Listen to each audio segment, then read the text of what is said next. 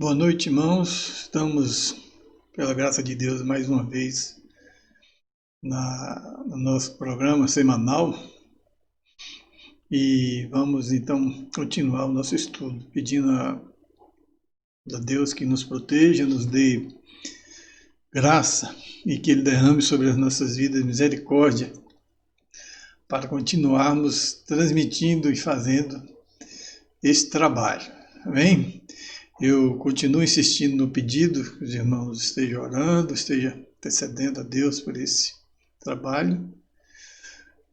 Que os irmãos também que não se inscreveram, se inscrevam no canal, que possamos estar divulgando esse trabalho e para que o trabalho do Senhor cresça, né? Para que a luz do Evangelho alcance este mundo em trevas, né? Nós estamos ainda no capítulo 3 de Apocalipse e estamos estudando a carta às igrejas do Apocalipse e eu vou continuar hoje falando da igreja de Laodiceia, que é a nossa última parada, né? Nossa última igreja que iremos estudar. Nós já passamos por Éfeso, e então hoje é Laodiceia, né? Mas já passamos por Éfeso, que significa desejar, repetindo aqui rapidinho, especiaria mirra, que significa Esmirna, exaltação lá em Pérgamo, cheiro suave Tiatira, canto de alegria Sardes, amor fraternal Filadélfia, que nós vimos na semana passada. Então foi isso, né? Lembrando também aqui rapidinho para a gente não perder o fio da meada, em Éfeso, nós vimos que Apocalipse 2, de 1 a 7, recebeu esse elogio, que ele rejeita as heresias, é paciente, a igreja que foi paciente, perseverante, rica em doutrina, mas recebeu a correção a respeito de voltar ao primeiro amor. Éfeso foi a igreja que perdeu seu primeiro amor. Promessa que é direito à árvore da vida, né? Vida eterna. Esmirna foi então a próxima igreja que nós estudamos. Esmirna suportou o sofrimento, a igreja perseguida. Ela não teve nenhum tipo de exortação, né? A exortação aqui é a fidelidade até a morte, porque alguns na igreja, em risco de morrerem, também abandonavam a fé, né? Mas a igreja foi uma igreja enxuta por isso. Mais ou menos se acontecesse hoje, né? A gente saberia realmente quem seriam os cristãos verdadeiros. E a promessa de receber a coroa da vida. Pérgamo mantém a fé, né? A fé em Cristo foi a sua característica fundamental, principal. Foi uma igreja que foi convocada, instruída ao arrependimento da idolatria e da moralidade. A sua promessa foi o maná e o novo nome. Tiatira cresceu no serviço ao próximo, aquele contraste que a gente viu com Éfeso, né? Igreja que amava e tolerou. A de lá a igreja que não tolera, mas não ama. A igreja de Éfeso. A instrução manter a fé, deixar o culto, a idolatria e as doutrinas de Jezabel. Promessa a soberania das nações e a estrela da manhã foi o que foi prometido a Tiatira. Sardes mantiveram a fé pura, a igreja que recebeu esse elogio, a instrução a buscar o renovo que ainda sobreviveu, é uma instrução que a gente vê em todas as igrejas, né? Que poucos ainda tinham se mantido, como em todas as igrejas que nós vamos ver, algumas mais, outras menos, mas sempre teve quem o Senhor encontrou, né? A promessa é a honra e vestes brancas. Filadélfia, a última igreja que estudamos, uma igreja que era perseverante na fé, a gente viu que é uma igreja composta de pessoas simples, pessoas pobres, A instrução foi guardar a sua fé, né? E o lugar na presença de Deus, na Nova Jerusalém, a sua promessa. Hoje, então, a gente vai para a última igreja das 7, que é Laodiceia. Laodiceia é o anjo da igreja em Laodiceia. Escreva: estas são as palavras do Amém, a testemunha fiel e verdadeira, o soberano da criação de Deus. Apocalipse 3,14. A gente vê uma referência de Apocalipse 1,5, quando fala de Jesus Cristo, testemunha também fiel, primogênito dentre os mortos e o soberano dos reis da terra. Então, perceba que tem uma semelhança, algumas palavras um pouco diferentes, mas essencialmente o texto vai dizer a mesma coisa, né? Eu destaquei ali a testemunha fiel, verdadeira e soberana da criação, justamente com uma repetição. Nós vamos então ver que Laodiceia, a cidade de Laodiceia, ela fica a sudoeste da Frígia, na província romana da Ásia, no ocidente, que hoje é Turquia asiática, né? Porque a Turquia, ela tem os dois continentes nela, né? Ela tem tanto a Ásia quanto a Europa, desculpa, né? Então ela está mais localizada mais no ocidente, eu diria mais próximo da Europa, né? Foi fundada por Seleuco Antíoco II, no século 3 a.C. Chamou Laodiceia em homenagem à sua esposa Laodice.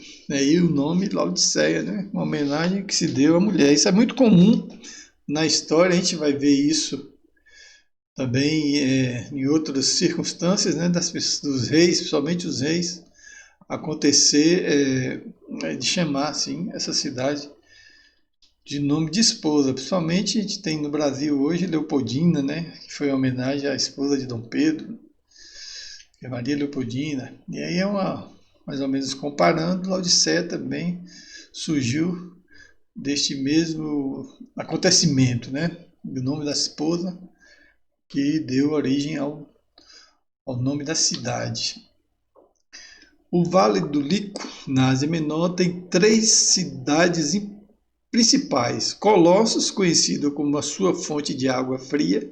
Isso é importante a gente entender essa história, que vai ser fundamental para a gente entender o texto bíblico. E uma coisa, pelo menos que comigo aconteceu, a gente, conhecendo a história, a gente vai mudar a compreensão do texto bíblico. E aqui nesse texto de Laodiceia, a gente vai encontrar muito isso, né? Alguns conceitos são que a gente muitas vezes aprendeu, ouviu muito pregação, a gente vai ver que não é bem assim o que o texto diz conforme a gente ouviu. E vale a pena aqui salientar, observar que o texto bíblico realmente precisa ser estudado para que nós venhamos a não cometer determinados erros de interpretação ou praticar uma hermenêutica assim um tanto quanto estranha, né? Quando eu digo estranha, é a gente atribuir coisas ou dizer coisas que o texto não diz. Quando eu digo aqui desse Vale do Lico, que tem 3 lugares aqui, principalmente Colossos, nós vamos encontrar fontes de água, né? Águas que a gente vai ver. Em Colossos está uma conhecida de água fria, que é Hierópolis, e conhecida também por as suas águas termais. Então, próximo a gente tem a água fria, uma fonte de água fria e também uma fonte de água quente, que são as águas termais. Aqui na Bahia a gente tem o Jorro, né? Famosa pelas águas, inclusive águas terapêuticas, porque as águas quentes ela tem essa função, né, terapêutica. Então lá também tinha essas 2 fontes. Mas em Laodiceia existia um meio termo, que era uma água morna, que caracteriza a fonte da água com o estilo de vida da igreja. E aí ele associa essa água termal a Laodiceia, relacionando o fato de encontrar ali água morna, que não era bem a fonte de Colossos, que era água quente, procurada por isso. Aliás, Colossos tinha água fria, né? E Hierápolis tinha água termal, e era tudo ali muito próximo, uma região da outra. Mas em Laodiceia tinha uma fonte de água morna, caracterizava a região. Então, quando a Bíblia fazer alusão lá na frente, a gente vai ver isso, né?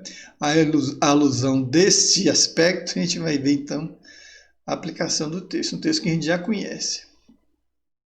Laodiceia é citado em Apocalipse 1:11, lá quando se refere às 7 igrejas, e Paulo também na carta aos Colossenses, capítulo 4, de 13 a 16, há também uma referência à igreja de Laodiceia. Antigamente, a água da cidade vinha de aquedutos de fontes termais, como eu falei, que vinha do sul da cidade até chegar em Laodiceia, lá na região de Colossos. Até chegar em Laodiceia, a água ficava morna, ou seja, essa água quente que vinha de lá de Colossos, pelo caminho que ela vinha percorrendo, né, que eles traziam essa água, ela vinha como que canalizada, ou conduzida até ali, ela chegava ali morna. E a qualidade dessa água, como está aqui escrito, já não era boa, porque ela lá quente, ela tinha uma função, mas quando ela vem andando e vai perdendo aquela temperatura, a água, ela de certa forma, ela estraga, né? Então a qualidade não era boa e a cidade, então, ganhou essa reputação, a fama, de não ter água potável. E as pessoas, ao consumir essa água, elas passavam mal, elas vomitavam. Ela causava um enjoo, né? Isso aqui acontecia de fato. A gente vai encontrar isso no texto, mas aí é um sentido figurado daquilo que acontecia quando as pessoas bebiam aquela água que chegava até Laodiceia vindo de Colossos, né? Lá era quente, mas chegava cá morna. Foi também conhecida a cidade de Laodiceia como centro bancário. Ela ali produzia uma lã preta, né, e um tipo de colírio para os olhos. A coisa. Ela então era um lugar financeiro, cidade de banqueiros, de pessoas, portanto, com poder aquisitivo muito bom, não é? Também era reconhecida por produzir lã preta, e também tinha ali uma fábrica de colírio, medicamento para os olhos. Essa alusão a gente vai ver no texto, lá no versículo 17 a 19. Você vê tanta coisa que a gente tem que analisar, né?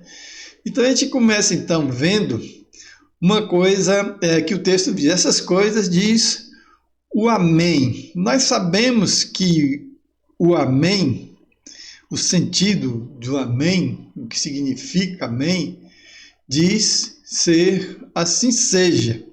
Mas no sentido de Laodiceia, quando o Senhor se apresenta como sendo o amém, o Cristo, ele vem como sendo o amém de Deus. Mas de que forma a gente pode então entender isso? Alguns pregadores, em certa ocasião eu ouvi alguém dizer, pregando sobre esse texto, ele diz assim, o que quer dizer amém? Aí a pessoa, amém, assim seja. Ele falou, não, amém não é assim seja, não. Amém quer dizer Cristo. Porque que essas coisas dizem amém com base no texto de Apocalipse 3, do texto de Laodiceia, o amém é definido como sendo Cristo. Isso não quer dizer que a definição de assim seja esteja errado, porque assim seja é uma confirmação. Quando nós oramos em nome de Jesus, aí todo mundo diz amém, quer dizer que assim seja, que a sua oração seja ouvida, seja confirmada. Mas quando ele diz aqui que o amém, essas coisas diz o amém como Cristo sendo o amém de Deus, a gente pode entender que o amém de Deus, Cristo é a confirmação daquilo que foi proclamado pelo próprio Deus. Qual é o que foi proclamado pelo próprio Deus? Desde Gênesis, o resgate da humanidade, né? Que da mulher nasceria um varão que esmagaria a cabeça da serpente. Então a saudação que a igreja recebe é dizendo que aquilo que foi prometido, que antes veio como promessa de Deus aos seus escolhidos, ao seu povo, aqueles que ele haveria de salvar, Jesus Cristo veio como confirmação disso tudo.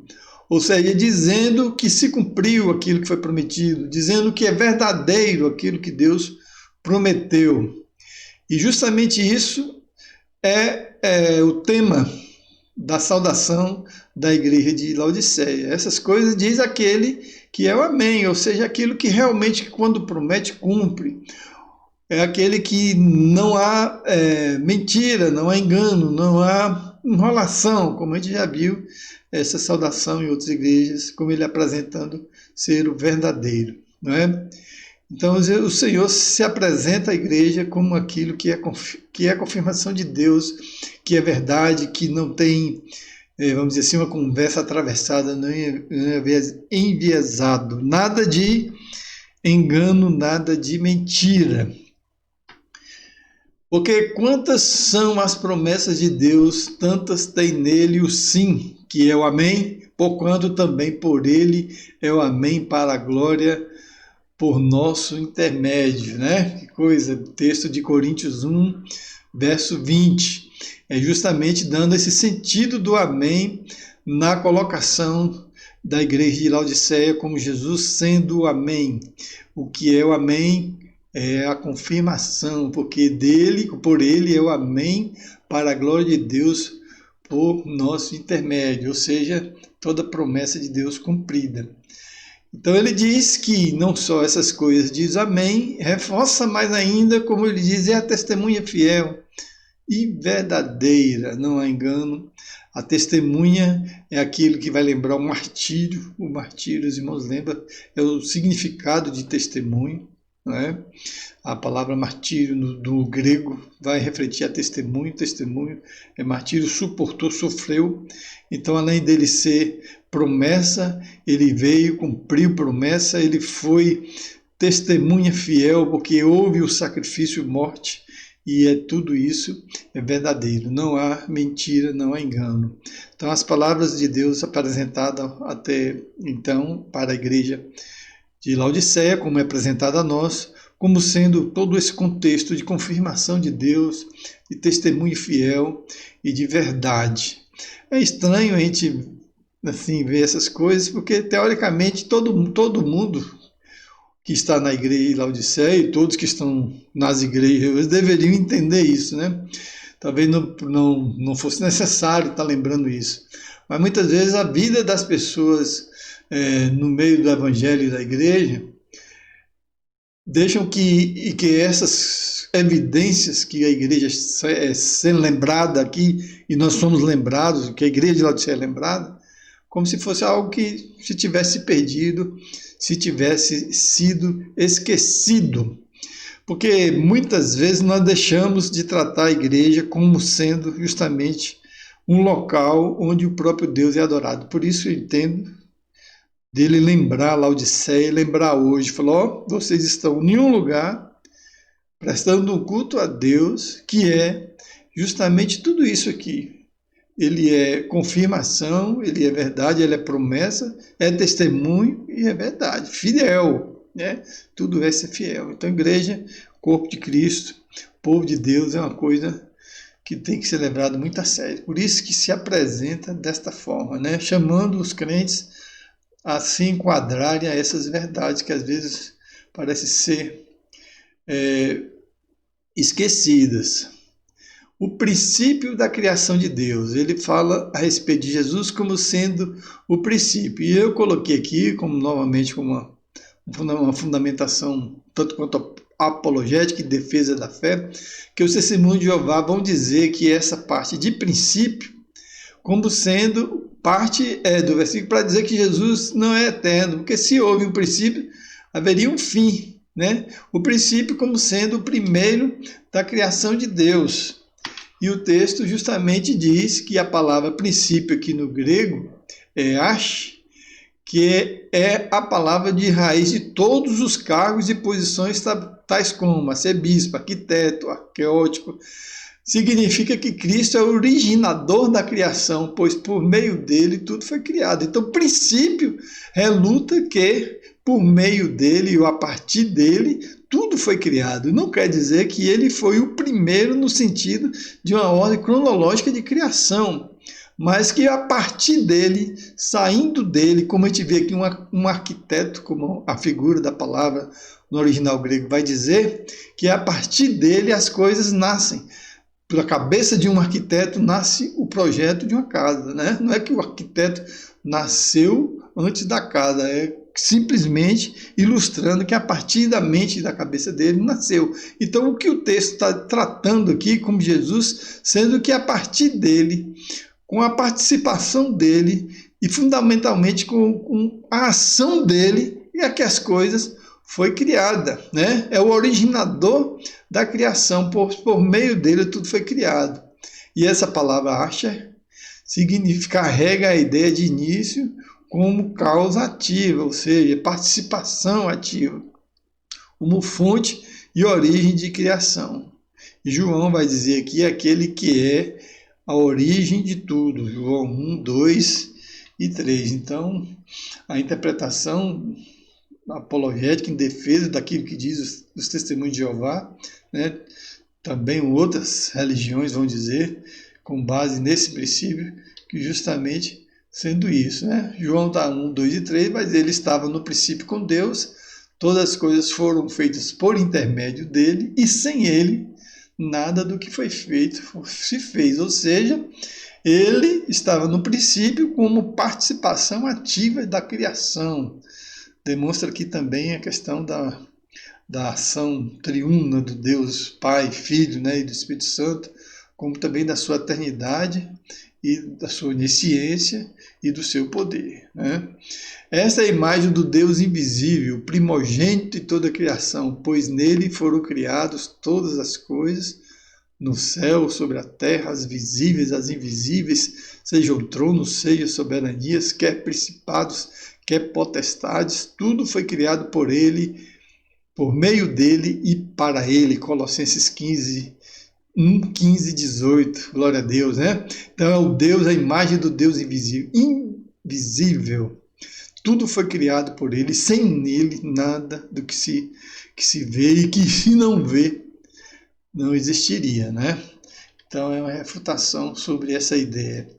Ele é a cabeça do corpo da igreja, ele é o princípio primogênito entre os mortos, para que todas as coisas em todas as coisas ter a primazia. Colossenses 1, 15, 18, continuando o texto. Então, o Senhor Jesus se apresentando à igreja como sustentador de tudo, de todas as coisas, é o sustentador das nossas vidas, da igreja, é ele que segura a nossa existência, é ele que nos carrega, né? Deus é quem nos ampara através de Jesus Cristo, como diz aqui, é a cabeça, é quem lidera, é quem manda, é quem governa. E o texto começa justamente se apresentando a isso. Apocalipse 21, 5 e 6 vai dizer que Deus Pai, a palavra Shed também é usada em relação a ele também, né? É o mesmo sentido que fala que Jesus é o primeiro, ele vai também dizer em relação a Deus, quando ele diz, conheço as tuas obras, sei que não és frio nem quente, quem dera fosse frio ou quente. Aqui, então, a gente avança um pouquinho no texto, para entender um pouquinho, os irmãos vão lembrar lá daquelas correntes, né? Então, o conheço as tuas obras quer dizer que, da mesma forma como a igreja, as demais igrejas, o Senhor também se apresenta a Laodiceia, dizendo que conhece, que sabe. É uma coisa que eu já falei para os irmãos, o irmão já deve estar cansado de ouvir. Deus conhece todas as coisas, conhece todas as coisas. E aqui ele identifica as obras da igreja de Laodiceia, que é uma característica muito interessante para a gente entender. Os irmãos vão lembrar lá das águas termais que cercava o Colossos, de onde vinha a água fria, onde tinha as termais da água quente e a água morna que chegava cá em Laodiceia. Então o conhecimento aqui lembra a Laodiceia as circunstâncias, vamos dizer assim, físicas de onde ela está, como é justamente as características do lugar onde ela está. Você vê, é interessante quando ele diz, conheço as tuas obras, na acepção da palavra de conhecer, conhecer tudo, né, todas as circunstâncias como uma característica da água que eles estavam acostumados a beber e a experimentar, a ver ali na região deles, né? Então ele diz: conheço as tuas obras, que não és frio nem quente, quem deras fosse frio ou quente, porque és morno e não és quente nem frio, eu estou a ponto de vomitar-te da minha boca. Apocalipse 3, 15, 17. Então aqui a gente tem alguns problemas que a gente precisa tratar, né? Primeiro, a interpretação errada. Aqui eu vou dizer errada, mas uns vão dizer que o errado sou eu. Mas aí tudo bem. Errado do meu ponto de vista. Quem quiser que entender que eu esteja errado, que entenda livremente, todo mundo pensa justamente o que quer, né? Mas aqui a visão, mais ou menos, que eu consigo enxergar da Bíblia, se os irmãos concordarem comigo, eu vou dizer o seguinte. Ali o texto vai dizer das águas termais, que eu falei para os irmãos, que tem a fonte de água fria, a fonte de água quente e a água morna. Então, uns vão dizer aqui, como eu coloquei aqui, que frio é aquele crente que é aplicado aos estudos das Escrituras sem os dons espirituais. Vamos dizer assim, o frio que o texto está a dizer é o crente tradicional. Traduzindo em miúdo, o que é o crente tradicional? O crente tradicional é aquele crente que é conhecedor da Bíblia, que conhece os estudos, que conhece tudo, mas não tem o calor do Espírito Santo. Ou seja, ele é um conhecedor teórico, ele não tem a vibração, né? Então ele é frio espiritualmente.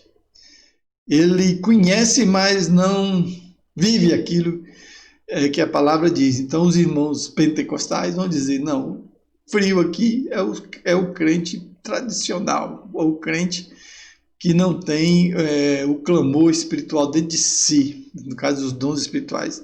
É o crente que não fala línguas, é o crente que não dá glória a Deus, é o crente que não expressa nenhum tipo de emoção, por aí vai.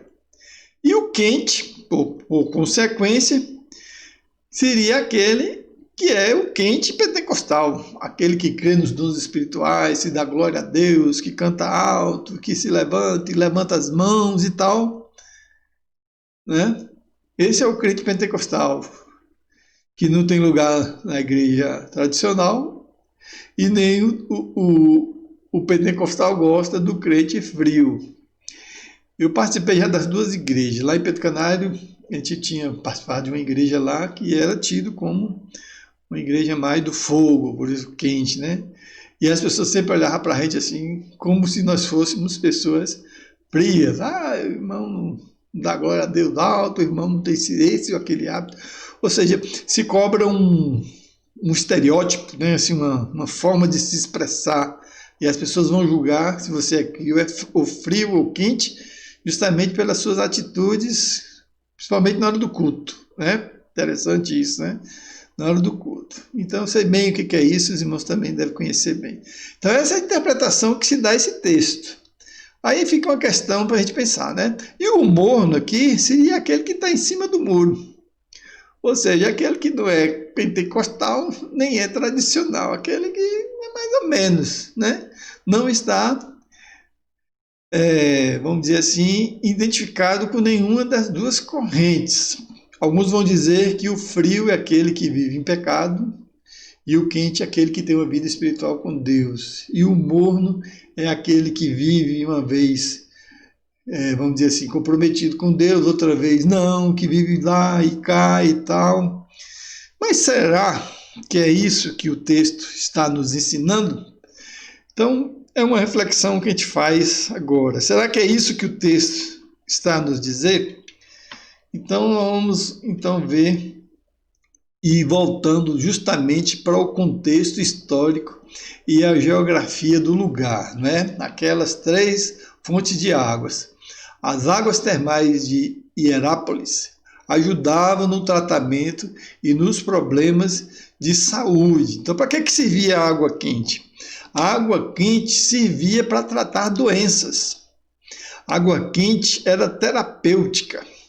A água quente acolhia as pessoas doentes e tratava daquelas pessoas no seu mal de doença. Isso é muito importante. Então a gente vê aqui, mais do que a característica de um estereótipo, ou seja, de algum crente que dá glória a Deus, que fala a língua, etc., a gente vê aqui um contexto de finalidade, função, para que serve. Então, para que serve a água quente? Qual a utilidade da água quente? É a água que tem como finalidade tratar. E aqui tratar de problemas de saúde no contexto mais direto, mais, vamos dizer assim, mais literal da água. Mas o que significa, então, o crente quente? É o crente que também tem cuja finalidade tratar, ou seja, ajudar pessoas em dificuldades, ajudar pessoas a resolverem seus problemas, a estar junto com as pessoas de uma necessidade mais, vamos dizer assim, mais específica, no sentido de saúde, e aqui saúde espiritual. Então, o quente é aquele que trata as pessoas nas suas carências, nas suas necessidades, é aquele que ajuda vamos dizer assim, a resolver uma coisa bem específica, alguém que precisa de ajuda e de tratamento. Então percebam que mais do que uma característica de um comportamento, aqui nós estamos falando de uma utilidade, de uma finalidade. Por que o Senhor quer que eu seja quente? Porque eu sendo quente, eu vou usar essa característica de quente para tratar, para cuidar, para amparar pessoas que estão próximo a mim, precisando disso, não é? Veja que uma diferença a interpretação. Quente espiritual no sentido de ser útil para tratar e cuidar de pessoas, não no sentido de mostrar características, mais do que uma característica externa, um jeito de ser, aqui estamos falando de atividade, de utilidade. Nós estamos falando aqui de comportamento, de ação, muito ação, e nada de palavras, nada de coisas espetaculosas para ninguém ver, mas sim de utilidade, né? As águas frias eram boas para beber, matar sede. Olha que coisa. A gente pode associar também a água quente ao tratamento da doutrina, do ensinamento, do conforto, do amparo, em todo sentido, da demonstração, da exortação, do cuidado, né? Do discipulado. A água fria, ela é boa para beber. Veja, para que serve a água fria? Para matar a sede. Olha que frio aqui, não tem a ver também com comportamento. As águas frias de Colossos eram usadas para matar a sede das pessoas que viviam ali. Sem essa água fria, eles morreriam de sede. A gente lembra então lá de Jesus encontrando com a mulher samaritana no poço de Jacó, né? E eles iam lá procurar água para matar sua sede. Jesus falou assim: olha, eu tenho uma água que se você beber, você jamais terá sede. Mais terá sede. Então aqui a água fria aqui representa o evangelho sendo proclamado, anunciado. O crente da água fria é o crente que evangeliza, que anuncia o evangelho, é que prega a palavra, é que tem como finalidade justamente matar essa sede. E essa sede aqui não é a sede material, mas é a sede espiritual. Então por isso que o texto vai dizer: eu prefiro que você seja frio ou quente. Porque se você for quente, você vai ser um discipulador. Se você for frio, você vai ser um evangelista. Então o texto não fala aqui de características nem de comportamento, mas está falando de utilidade. Ele está falando de função. Para que serve a água fria? A água fria serve para matar a sede. Mas as águas mornas, que vinham de Laodiceia, elas serviam para quê? Para dar ânsia de vômito. Ou seja, as águas mornas de Laodiceia basicamente não serviam para nada, só para dar ânsia de vômito. Ou seja, tem gente que não é quente porque não doutrina, tem gente que não é fria porque não evangeliza, tem gente que não é quente porque não exorta, não discipula, não participa, não trabalha. Tem gente que não é frio porque não evangeliza, não dá testemunho. E tem gente que é morna, que só dá problema. O que é o crente morno é aquele que não serve para nada. Ele não faz nenhuma coisa nem outra, mas ele só faz causar problema. Ele só serve para, vamos dizer assim, apresentar mal-estar, dificuldades. Ele só serve para criar clima ruim. O vômito, a gente sabe que é aquele sentimento, somente em relação ao corpo, como uma repulsa do corpo, jogando para fora aquilo que ele não, que está lhe fazendo mal. Esse é o vômito. Ele provoca uma reação de jogar aquilo fora, porque aquilo ali vai estar prejudicando. Então, infelizmente, irmãos, infelizmente, a gente tem gente hoje na igreja morno, mas não porque não está dando glória a Deus, não está cantando, não está levantando, não, porque só está criando problema. Tem gente que está tirando gente de lá de dentro, tem gente que expulsa pessoas de dentro, em vez de trazer e de manter que estão lá. Quer dizer, quem traz é a água fria, quem mantém é a água quente. E o morno faz o quê? Bota todo mundo para fora. É o contexto lá da igreja de Laodiceia. O Senhor apresenta conhecendo essa realidade, conhecendo as coisas que estavam ali. Então ele fala justamente isso: olha, vocês têm sido mornos, ou seja, vocês só têm criado problema, vocês não têm exercido a sua função. Estamos e somos chamados por aquele que é verdadeiro, que conforme o texto, aquela testemunha fiel, justamente para vivermos um evangelho que tenha utilidade. Então, como nós já sabemos, igreja é para isso. Igreja é para ser fonte de água quente ou fonte de água fria. A igreja traz, a igreja trata, mas a igreja não joga para fora, não expulsa. Não é? E era isso que estava acontecendo. Estava dando ânsia de vômito. E eu fico muito preocupado com isso, e justamente não olhando para a vida de ninguém, mas olhando para a minha vida e pensar assim, será o que eu estou sendo? Né?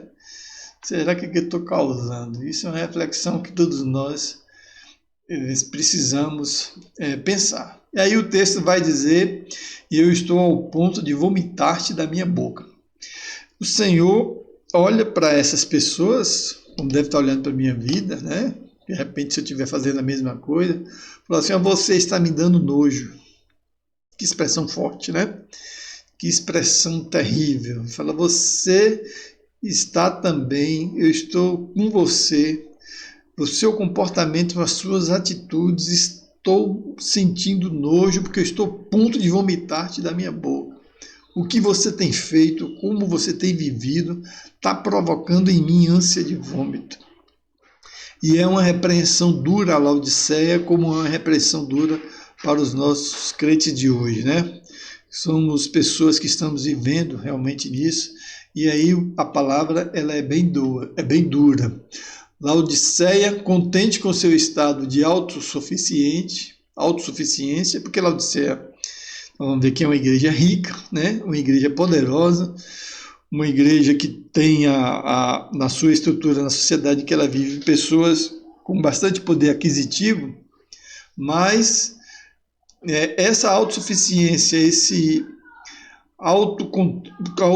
autoimagem positiva de que se fazia de si mesmo, como pessoas que não precisava de ninguém, essa falsa confiança, o Senhor sentiu vontade de expulsá-la da sua presença, como é o termo lá em cima, vomitar da minha boca é expulsar da sua presença, é o sentido mais duro, né?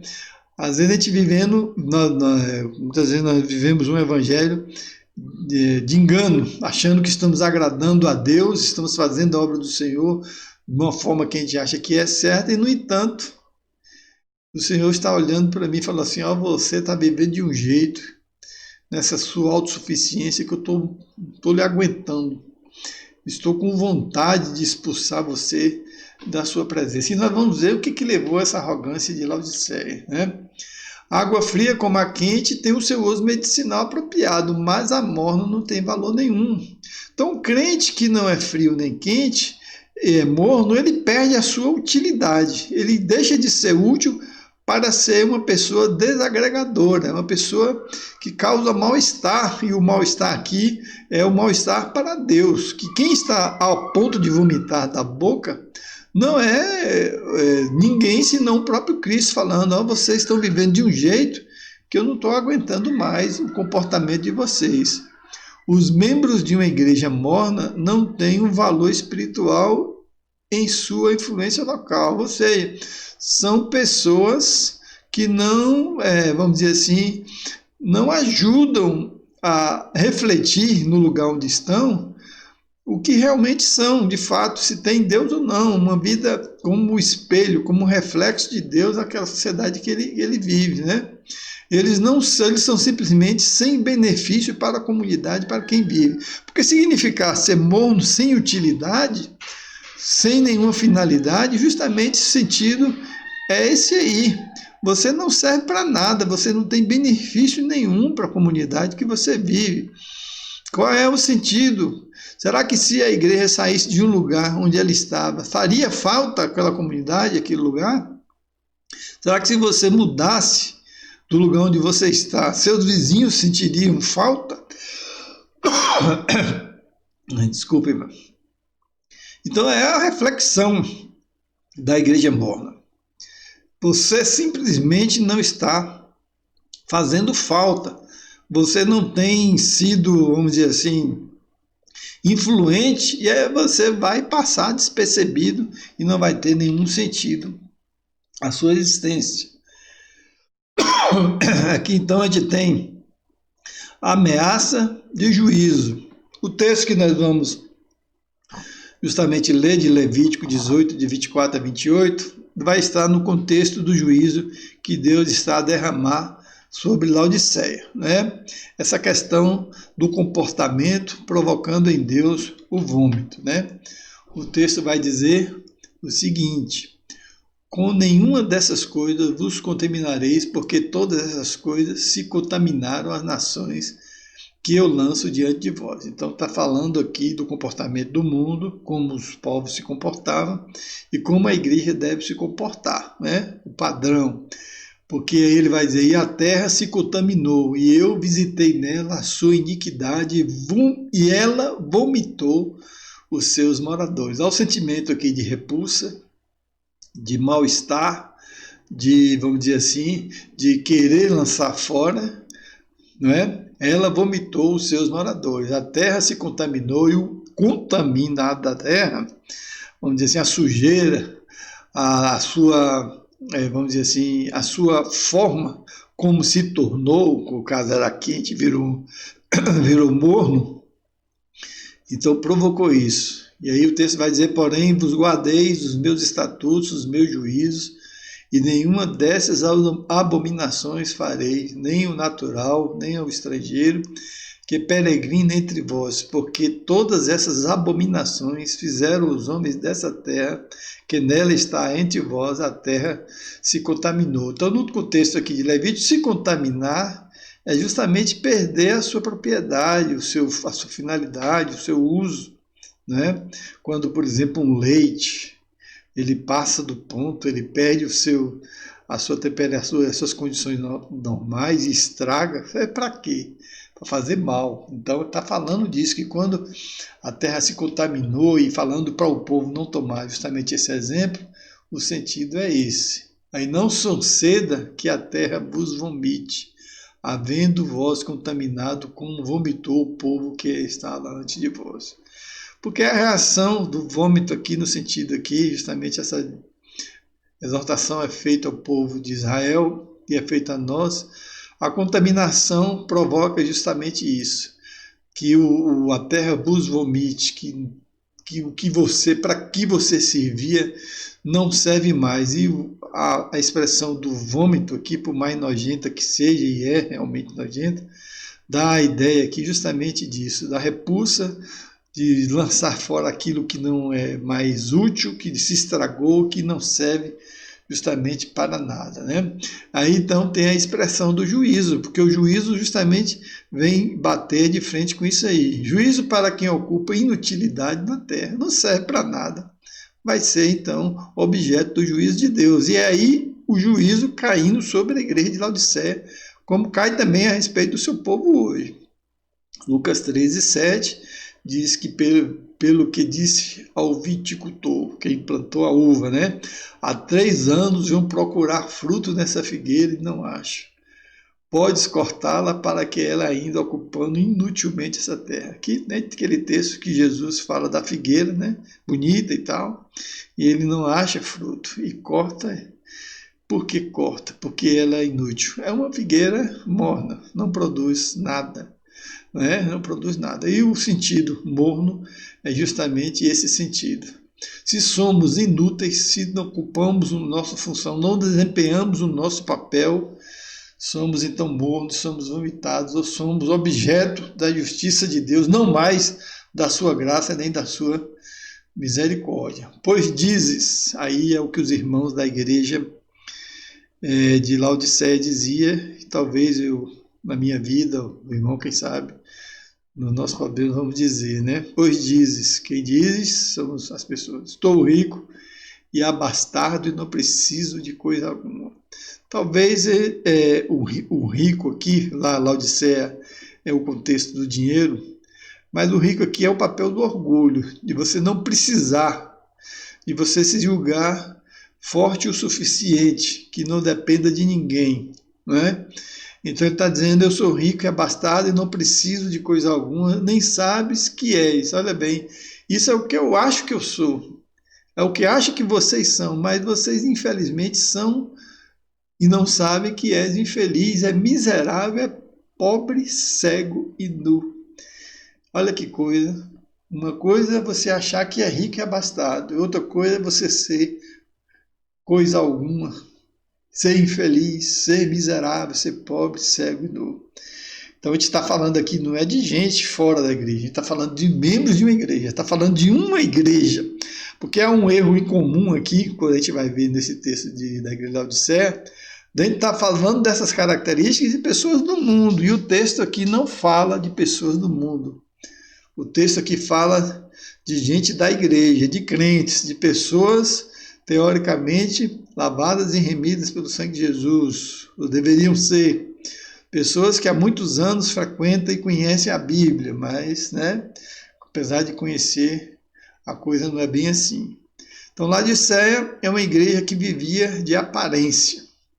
A igreja Denorex, os irmãos lembram dessa propaganda, né? Denorex parece, mas não é, né? Parece que tem gosto de remédio, tem cheiro de remédio, mas não é remédio. Então, é a igreja Denorex.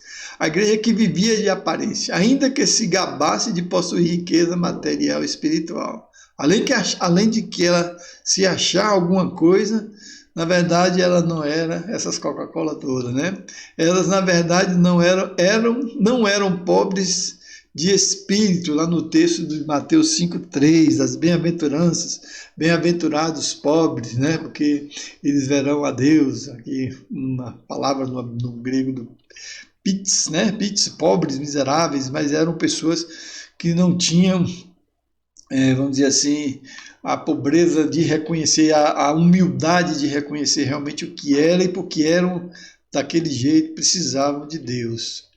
Numa realidade oposta, a igreja de Esmina, que é a igreja de Laodiceia, que estava em difícil situação econômica. Esmina é uma igreja pobre, né? Uma igreja carente. Né? Mas, no entanto, Esmina foi chamada de igreja rica. E Laodiceia é uma igreja rica, poderosa, cheia de gente, de banqueiros, de pessoas abastadas. E Laodiceia foi chamada de uma igreja pobre. Olha que contraste, olha que coisa interessante, como muitas vezes as coisas nos olhos do Senhor são diferentes diante dos olhos humanos, né? E aí então o texto vai continuar dizendo: aconselho-te. Aqui é a exortação do Senhor para a igreja, para os irmãos. Percebam que nós estamos, vou insistir de novo aqui, para a gente chegar lá na frente, não perder o fio da meada. A gente está falando para uma igreja, não está falando para ninguém do mundo. Apesar do comportamento ser um comportamento de pessoas que não conhecem Deus, mas eram pessoas que deveriam conhecer, é uma igreja. Então ele diz: aconselho que de mim compre ouros refinado pelo fogo, para que te enriqueças. A pobreza deles, o ouro deles não era o ouro de fato que o Senhor queria que eles tivessem, né? A riqueza espiritual é muito diferente da riqueza material. E aí ele vai continuar a dizer: vestiduras brancas para te vestir. Lembra lá da lã preta, né? Uma lã especial que eles produziam.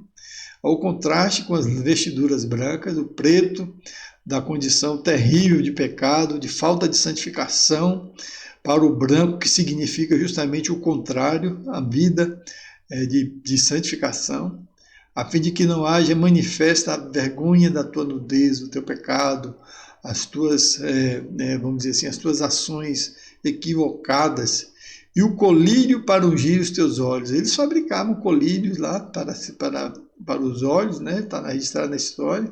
E aí o texto vai lembrar também esse contraste do colírio, quer dizer, está se referindo que eles tratavam dos olhos materiais, mas estavam doentes dos olhos espirituais, estavam cegos. Aqui ele bota a fim de que vejas.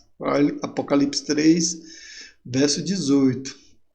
Então vai dizer de uma igreja orgulhosa que se achava rica e abastada por ter de se rebaixar para reconhecer que é miserável. Então aqui é o grande dilema do ser humano, ainda mais do ser humano orgulhoso, né? Jamais o orgulhoso, e aí é um perigo muito grande quando esse orgulhoso for um crente, admitir que está errado, a sua vida não está certa. E aí vem a dureza de uma igreja orgulhosa que está vivendo errado, que não cumpre a vontade de Deus, reconhecer isso. Então ele vai dizer: a vaidade e o orgulho devem ser renunciados. Isso serve para a igreja, isso serve para a minha vida, né? Uma vida de orgulho só vai me levar à destruição, a uma vida longe de Deus, a uma vida longe dos seus propósitos, a viver uma vida de água morna. E a água morna vai ser alvo da justiça de Deus, né? Vai ser motivo de nojo, de vômito, de repulsa.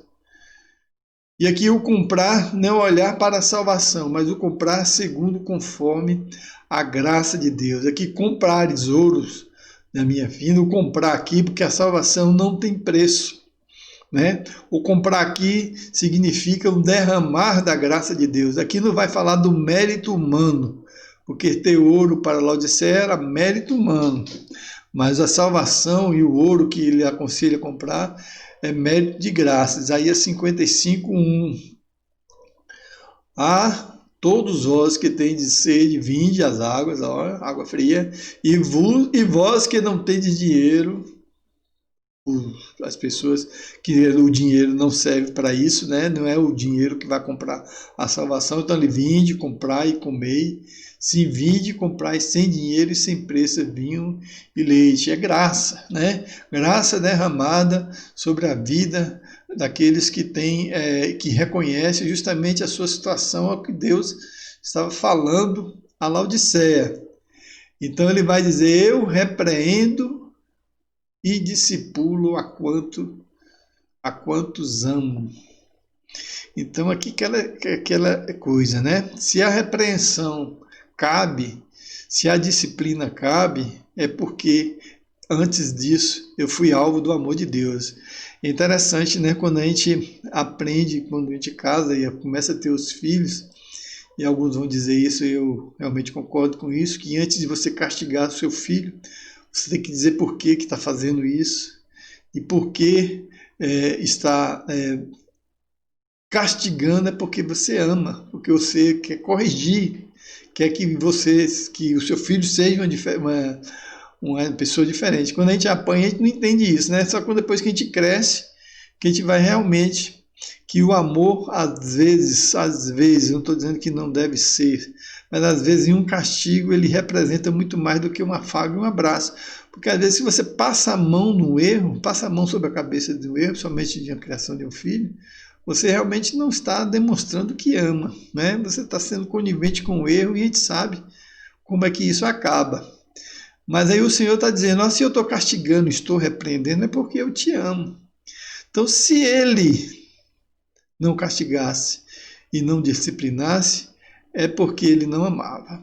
Então, se essa palavra está doendo, está machucando, é porque dê graças a Deus que é porque você está sendo alvo do amor de Deus. Se você não se sente repreendido nem discipulado, aí o negócio é mais sério, né? Aí a coisa é mais braba. Então, mas é isso que o texto está dizendo. Eu estou repreendendo, eu estou discipulando, porque eu estou fazendo isso porque amo vocês. Mesmo sendo uma igreja que estava a ponto de ser vomitada pela boca do Senhor, pelas suas atitudes, a sua arrogância, pelo seu comportamento equivocado. Então o texto vai dizer, se pois zeloso, arrepende-te. Essa palavra é dura, né? Então vamos ser zelosos e nos arrepender. Mudar de atitude. Arrependimento não é uma coisa que a gente precisa dizer, estou arrependido, mas é uma coisa que precisamos fazer, mudar de atitude, mudar a trajetória, né? Mudar a forma que eu estou vivendo. E então a gente chega ao texto que talvez seja tão mal interpretado como o da água fria e da água quente. Aí ele vai dizer, eis que estou à porta e bato. Se alguém ouvir a minha voz, abri a porta, entrarei em sua casa, cearei com ele e ele comigo. Então, o Senhor está falando para uma igreja e não para o mundo. Só que esse texto de Apocalipse 2:20, 3:20, melhor dizendo, é um texto que a gente usa muito para evangelizar, né? Estou à porta, somente as pessoas que defendem muito o pensamento arminiano, e não, Senhor, não força a porta lá, a porta batendo, se você quiser abrir a porta do coração, mas o texto não fala isso. Que me desculpe, quem pensa justamente o contrário, o texto não fala isso. O texto fala de uma igreja que está sendo duramente repreendida. E aqui a situação revela ainda uma coisa muito mais séria, porque a porta, Jesus batendo na porta, é uma igreja que botou Jesus para fora. Ou seja, ele está batendo na porta de onde? Da igreja. A igreja está lá de fora. Jesus está fora da igreja. As pessoas lá dentro da igreja achando que ele estava lá dentro, não, ele estava lá fora. Olha como o texto é duro para a gente entender. Laodiceia foi uma igreja que botou Jesus para fora. Ele está lá no passeio, na porta da igreja, querendo entrar. E os irmãos cá não querem justamente entrar. Você vê que o contexto vai dizer exatamente isso. Então ele está dizendo, eu repreendo e disciplino a quantos amo. Se pois zeloso e arrepende-te. Ele vai dizer, agora estou aqui à porta, batendo para entrar. Ou seja, querendo que vocês mudem a situação e a forma como vocês estão vivendo. Querendo que vocês mudem a atitude, querendo que vocês vivam uma vida diferente da vida que vocês estão vivendo. E aí, Provérbios 5, 22 e 23 vai dizer, quanto ao perverso, as suas iniquidades o prenderão com os laços do seu pecado, será detido. E com os laços do seu pecado será detido. Ou seja, os laços, a vida, as iniquidades, a vida de pecado é como um laço que prende o perverso. E ele diz, ele morrerá pela falta de disciplina e pela sua muita loucura do seu perdido, da loucura, e pela sua muita loucura, perdido, cambaleia. Ou seja, ele não arrepende, ele não ouve a exortação, então a sua vida vai levar ele a quê? A morte, a falta de disciplina, a fazer a coisa sem aceitar, a vida de orgulho. E pela sua muita loucura, ele cambaleia. Então é muitas vezes assim que vivem muitos e vivem muitas igrejas, né? E vivem muitas igrejas. Então aqui eu esqueci a porta. O versículo foi tirado do contexto, né? Justamente inúmeras vezes para chamar pecadores a arrependimento e fé em Cristo, foi o que eu falei antes, e não é isso, né? Na verdade, aqui é um convite a um cristão a acordar e ouvir o Salvador da igreja, que ele seja o Senhor. O Salvador da igreja que está lá fora, né? Que está na porta batendo. Então é um apelo à comunhão, é a repreensão. É um apelo a deixar Jesus entrar na vida para tomar conta, para dar rumo, para nortear as atitudes, para dar sentido e utilidade para a vida da igreja. Ser frio ou ser quente. E não ser morno. Não ser problema, ser útil. Igreja tem que ser fria, evangelizar. Igreja tem que ser quente, disciplinar. Ela não pode ser morna, ela não pode ser um fator desagregador, não pode ser gerador de problemas, porque quando gera, causa nojo, causa vômito. E é assim que devemos viver. O texto vai terminar a dizer ao vencedor, dar-lhe-ei a sentar-se comigo no meu trono. Perceba que só o vencedor vai fazer isso, né? O meu trono, assim como também eu venci e me sentei com meu Pai no seu trono. Quem tem ouvidos, ouça o que o Espírito diz à igreja. Então aqui é um convite nesse texto de superação, né? Superação no sentido de não conformar, conviver com a situação e superar isso no sentido de lutar contra isso, né? É o tema mais importante do Apocalipse e realmente temas de chamada de mudança de vida, né? É tema de despertamento, de voltar para ter uma vida diferente, a ter consciência do erro, né? A igreja que estava enfrentando perseguição iminente, ela não estava, né? Estava para ser perseguida eminentemente, ou seja, sofreria perseguição, mas no momento estava. É uma das razões porque o livro foi escrito, para encorajar a igreja durante dias negros que se aviançavam, quer dizer, viriam as dificuldades, viriam os problemas, e a igreja da forma como estava vivendo, não suportaria isso. É a mesma coisa hoje, né? Olha o que o corona fez na vida de muitos cristãos. Ninguém esperava que as coisas estivessem acontecendo como aconteceu. Quem realmente estava preparado para viver dias como estamos vivendo? Então, a resposta está aí. Para quem quiser ver, para cada um examinar a si mesmo e entender, né? Quando chega a perseguição iminente, como está dizendo aqui para Laodiceia, vai chegar a perseguição iminente. Vai chegar dias difíceis, dias negros, dias complicados. E é importante que a nossa atitude mude enquanto isso não chega, enquanto isso não seja uma realidade, né? A existência de uma superação é uma passagem de cada uma das 7 igrejas, né? Novamente fundamenta que foi escrito às pessoas que sofrem perseguição e morte. Eu diria até que nós devemos estar preparados para tudo isso, e o objetivo é isso. O Apocalipse esclarece que o vencedor é aquele que passa por isso, por superação, por determinação de uma mudança de vida, né? De justamente dar sentido a isso aí, né? Apocalipse 11 diz: eis que eles, pois, venceram por causa do sangue do Cordeiro, por causa da palavra do testemunho que deram, mesmo em face da morte, não amaram a própria vida. Então, a questão de você entender isso, de nós entendermos isso, eu diria mais do que entender, né? Sentimos então a necessidade de vivermos uma vida desta forma, né? Então o Senhor precisa que nós venhamos a ter um comportamento diferente, né? Uma forma, vamos dizer assim, uma forma coerente com a nossa vida, como estamos vivendo. Né? Vivermos de forma que o Senhor venha a não sentir de nós repulsa, ânsia de vômito. É um texto duro, né, irmão? Um texto difícil para a gente, principalmente, nos enquadrarmos numa realidade dessa. Então, a igreja de Laodiceia foi a igreja que botou Jesus para fora. Ele estava na porta querendo entrar.